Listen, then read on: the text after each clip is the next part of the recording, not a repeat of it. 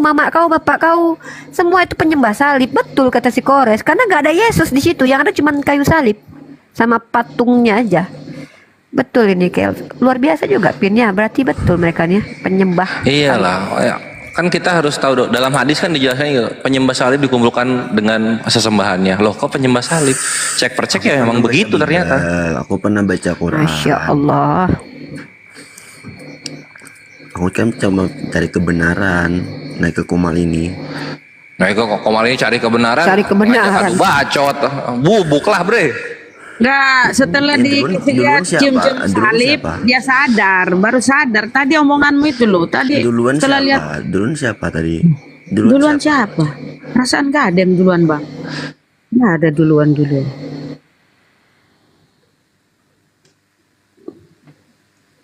Iya, karena ketika kamu membuat sebuah statement, kami menyembah kepada batu karena kami menghadap kiblat, itu kan kau yang blunder sendiri. Emakmu, bapakmu yang Kristen itu menyembah kepada salib. Itu fakta, pakai parameter kau.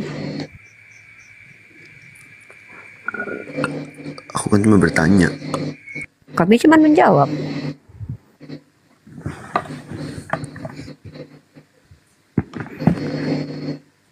Tapi ini lucu, ini lucu. Apa judulnya nih? Goyang pukulan mautnya Yakub kepada Tuhan. Kan Yakub bergulat dengan Tuhan nih. Ini lucu nih. Ada di Besari host. Ini lucu nih. Goyangan pukulan Yakub kepada Tuhan.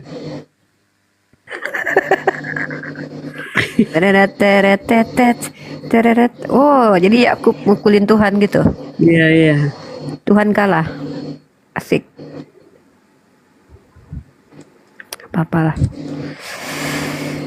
Ya, gitulah ya Karena kenapa? kawan-kawan. Mereka nggak ada tuntunan untuk ibadahnya gitu loh. Jadi dia tuh apa ya, bereksegese sendiri sama mereka kan.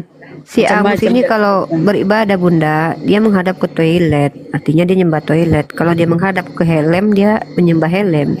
Jadi makanya dia kalau mau menyembah itu kepalanya diletakin ke mana gitu, bingung dia. Betul.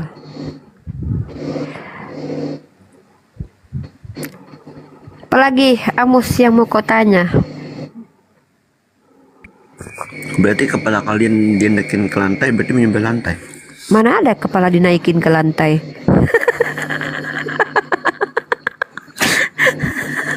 Berat kali kau Bang Amos. Apalah kepala kok dinaikin ke lantai? Berat Bang Amos ini berat. Ya. Udah berapa lem habis? Nggak punya tujuan hidup dia.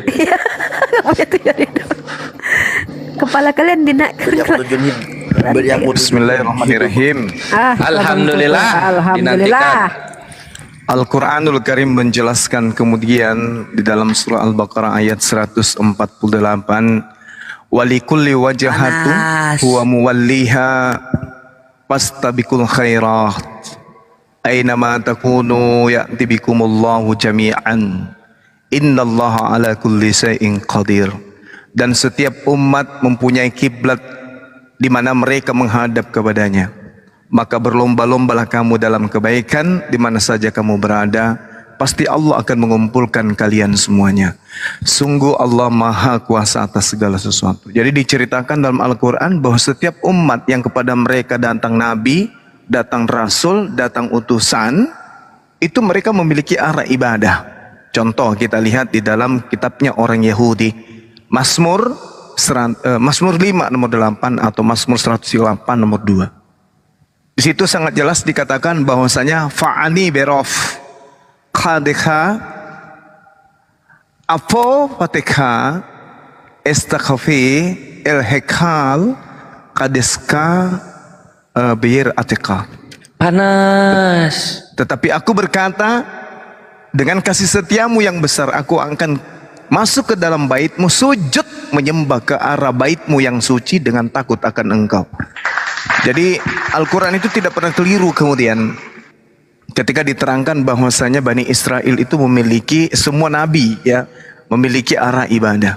Aku hendak sujud ke arah baitmu yang suci. dan memuji namamu oleh karena kasihmu dan oleh karena setiamu, sebab kubuat namamu dan janjimu melebihi segala sesuatu. Aku hendak istaghfi el haikal kadeska POD etsemeka. Jadi merujuk kepada ibadah sujud, arahnya kepada bait suci yang suci. Bait suci yang sudah dimuliakan oleh Tuhan. Jadi nggak bisa kemudian kita itu menghina orang Islam karena sujud menghadap ke Baitullah.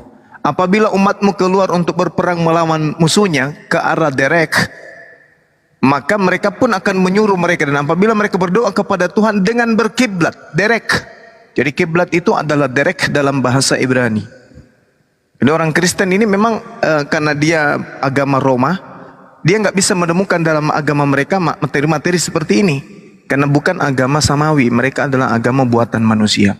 Kayatsi amka lamikama al-ofo baderek, menghadap atau mengarah ke kiblat, menuju Asher, isi lakem.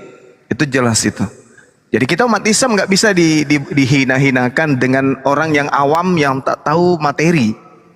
Ya, itu disebabkan karena orang-orang ini memang harus belajar supaya mereka itu meninggalkan kegilaan beragama dengan menghadap kepada batu zakar yang kemudian dibuat patungnya di gereja mereka. Al-Quran nggak bisa keliru. Walikullin wajhatuhu wa muwalliha fastabiqul khairat aynama takunu ya'ti bikumullahu jami'an innallaha ala kulli syai'in qadir. Tadi ada saya dengarkan penghinaan tentang sujud, muka simpan di tanah. Justru penghambaan, puncak penghambaan manusia itu ketika kemudian itu wajah menyentuh ke tanah. Siapapun dia, mau dia presiden, mau dia raja, mau apapun, itu adalah ketundukan. Iblis disuruh tunduk kepada Adam, itu ketundukan. Siapa yang tidak mau sujud dalam beribadah berarti dia iblis. Kenapa? Karena dia sombong. Dia merasa dirinya hebat, merasa dia itu adalah punya spesial, punya kredit plus di dalam kehidupannya. Padahal Matius 26 nomor 39, Yesus menyimpan wajahnya di lantai, sujud dia sama seperti umat Islam. Lalu dikatakan di dalam Yohanes 14 ya, teman-teman, nomor 27 kalau nggak keliru saya. Di situ diterangkan bahwasanya siapapun kemudian dunia harus tahu bahwa Yesus itu adalah hamba yang taat yang diutus oleh Tuhan kepada Bani Israel untuk kemudian ibadah dan taat berdasarkan apa yang diperintahkan oleh Tuhan. Damai sejahtera kutinggalkan bagimu, damai sejahtera kuberikan kepadamu, dan apa yang kuberitakan ini tidak seperti yang diberitakan oleh dunia kepadamu. Jadi Yesus itu memberitakan tentang pola kehidupannya. Yohanes 10 nomor 27. Barang siapa aku mengenal muridku, muridku mengenal aku, mereka mendengarkan aku dan mengikuti aku. Yesus sujud, pengikutnya yang asli sujud, bukan salto-salto, jingkrak-jingkrak, tripping, bukan. Jadi kalau pengikut Yesus itu wajib Muslim, pengikut Yesus itu wajib Islam, nggak bisa tidak. Karena Islam mempraktekkan apa yang Yesus lakukan. Yohanes 14 di situ juga Yesus mengatakan bahwasanya jika engkau mengasihi aku, maka engkau akan melakukan pekerjaan yang aku lakukan. Jika engkau mengasihi aku, engkau akan melakukan dan mendengarkan perkataanku. Alhamdulillah kita sebagai umat Islam melakoni itu. Satu lagi, saudara, ketika Anda melihat di dalam Yesaya 66, di situ Tuhan memproklamirkan apa? Sabat boleh berganti sabat, bulan berganti bulan. Akan tetapi seluruh manusia akan datang ibadah sujud kepadaku. Kristen di gereja nggak bisa sujud. Begitu dia sujud, jidatnya akan ketabrak dengan kaki atau pantat meja, kursi. Ya, kursi depan. Tidak bisa dia Kristen. Karena memang Kristen ini adalah agama karya Romawi, bukan karya para nabi. Tak ada nabi yang mengajarkan menyembah kepada senggok bayi. Nggak ada. Tak ada nabi yang menyembah kepada manusia, tak ada nabi kemudian memanggil Tuhan kepada manusia. Tak ada nabi yang mengajarkan itu. Intinya Kristen ini adalah agama anti Yesus. Itulah Kristen. Karena Yesus sholat, Yesus sujud, Yesus puasa, Yesus sunat, Yesus bersyahadat. Semua yang dilakoni umat Islam dilakoni oleh Yesus. Kristen ini adalah agama barat, buatan orang barat, yang mana Kristen ini adalah anti terhadap ajaran para nabi, anti terhadap ajaran Tuhan. Demikian. Kalau ada materi atau pertanyaan yang lebih berat atau ada hinaan hujatan yang lebih berat, silakan. Waktu dan tempat saya persilakan. Terus kenapa Bang Juma kebanyakan orang Kristen menuhankan Yesus ya?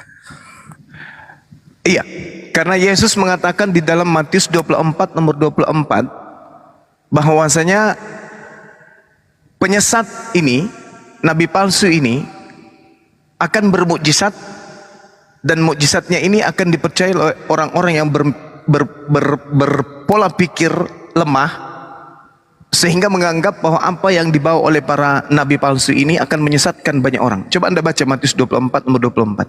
Nabi palsu akan menyesatkan banyak orang, bahkan termasuk orang-orang pilihan juga akan disesatkan oleh nabi palsu tersebut. Nah, begitu juga di dalam Al-Qur'anul Karim. Di dalam Al-Quran itu dijelaskan dengan sangat jelas bahwasanya iblis bersumpah akan menyesatkan kemudian semua manusia kecuali mereka yang ikhlas beribadah kepada Allah. Apa polanya kemudian? Ya ayuhan nas, kulu mimma fil ardi halalan thayyibah.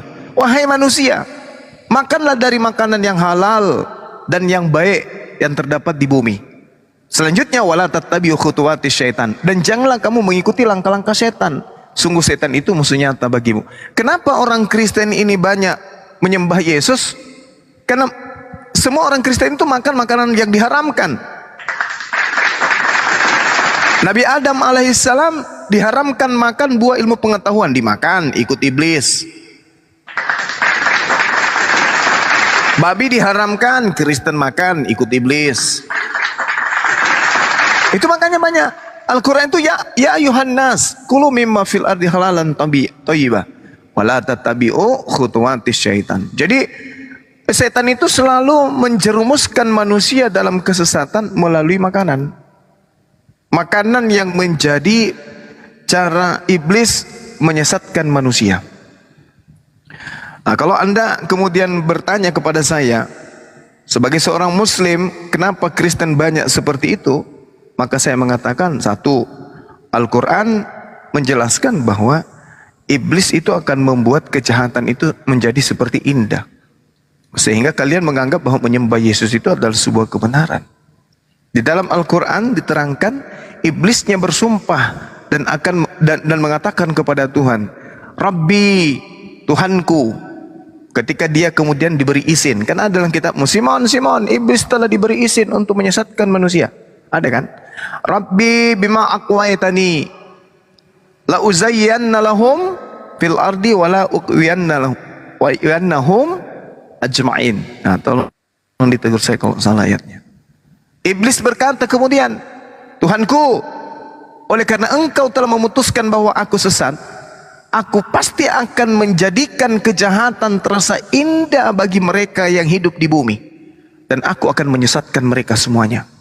Jadi kalau Anda kemudian merasa bangga dengan banyaknya Anda tuh, ya iblis yang bersumpah dan merasakan kejahatan itu menjadi indah. Menyembah Yesus itu kejahatan, karena Yesus itu bukan Tuhan. Makanya Yesus mengatakan, enyahlah daripada aku, kalian semua adalah pembuat kejahatan.